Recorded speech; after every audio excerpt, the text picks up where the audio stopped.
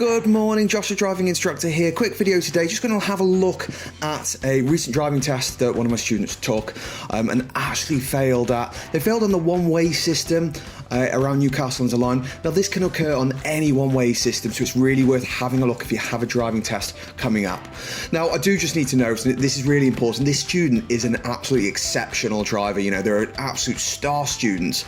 Otherwise I wouldn't have taken them for their driving test in the first place. This is just an example of how driving test nerves can get the better of us sometimes.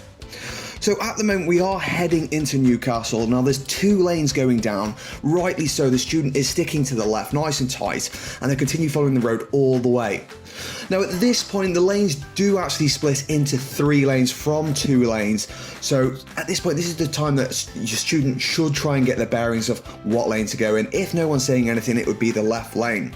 Now unfortunately perhaps they didn't give themselves enough time by looking at the sat-nav or getting directions from the examiner. I'm not too sure. But let's keep an eye on the police car in the rear camera. So as the police car approaches, the student then decides to start changing into the right lane. The examiner has to grab the wheel to stop the student driving into the police car. The police car reacts by slamming their brakes on.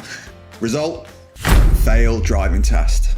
Now let's analyse what actually happened. So student received directions. We're going to assume that the student was asked to turn right, otherwise they wouldn't need to be in that right lane because the central lane and the right lane both go straight on.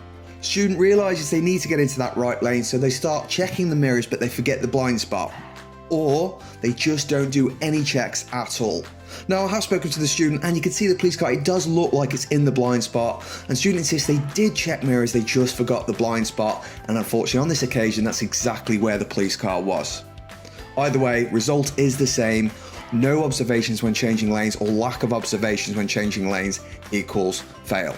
What are your thoughts? Let me know below.